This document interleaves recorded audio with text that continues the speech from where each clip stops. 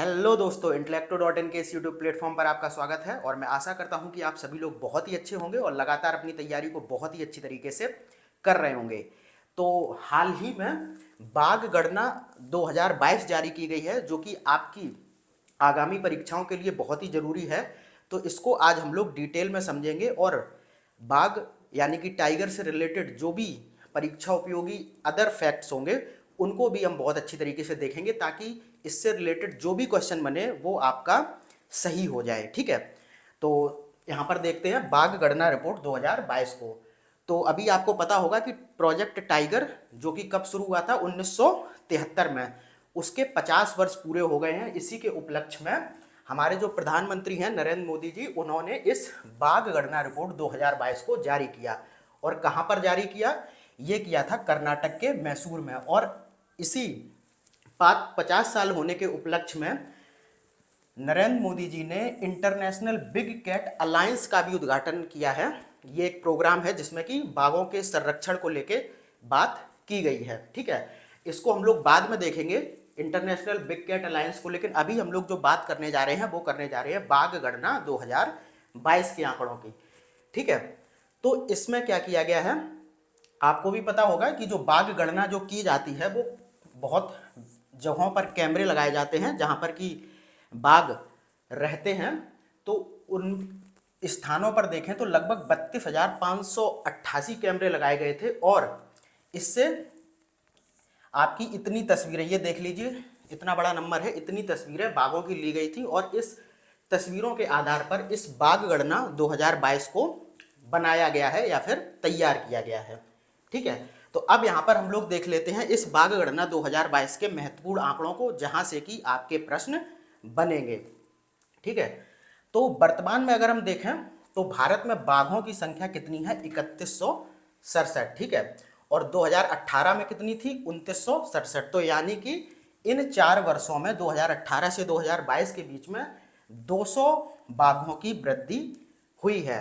और रिपोर्ट में यह भी कहा गया है कि भारत में दुनिया के लगभग 70% बाघ रहते हैं। ठीक है, और आपको मैं एक चीज बता दूं कि जो ये बाघ गणना 2022 है, ये प्रत्येक 4 सालों में जारी की जाती है। तो पिछली जो बाघ गणना थी 2014 से 2018 वाली, इसमें लगभग बाघों में की संख्या में जो वृद्धि हुई थी वो हुई थी कितनी? 33%। और 2018 से 2022 में कितनी हुई है? 6.7%। तो कुल मिला के अगर हम यहाँ पर देखें तो बाघों की वृद्धि की जो दर है उसमें कमी आई है, लेकिन संख्या 200 बढ़ गई है। ठीक है, इसके बाद अगर हम लोग देखें, रिपोर्ट में कहा गया है कि जो नीलगिरी क्षेत्र है, जो कि आप देखते होंगे जहां पर कि कर्नाटक, केरल और तमिलनाडु के जो मिलान वाला क्षेत्र है उसको नीलगिरी क्षेत्र के नाम से जाना जाता है। वहां पर विश्व में बाघों की संख्या सर्वाधिक है। ठीक है, और ये जो राज्य हैं झारखंड, उड़ीसा, छत्तीसगढ़, तेलंगाना, इनमें बाघों की संख्या में गिरावट दर्ज की गई है।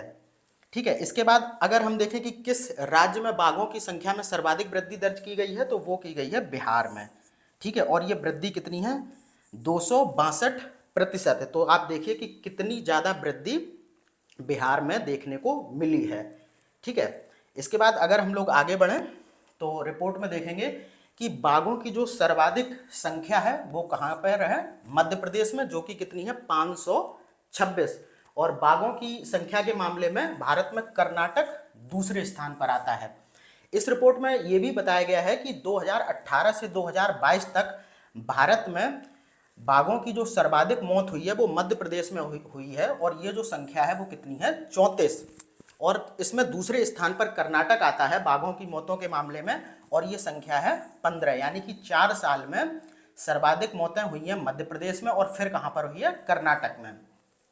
और अगर हम लोग पिछले 6 वर्षों के आंकड़ों को देखें तो भारत में लगभग 560 बाघों की मृत्यु हुई है। ठीक है, तो इस रिपोर्ट के साथ साथ प्रधानमंत्री ने टाइगर रिजर्व के प्रभावी प्रबंधन के मामले में भी एक आंकड़ा जारी किया गया, जिसमें कि पाया गया कि टाइगर रिजर्व के प्रभावी प्रबंधन में केरल का पेरियार जो टाइगर रिजर्व है वो सबसे बढ़िया है।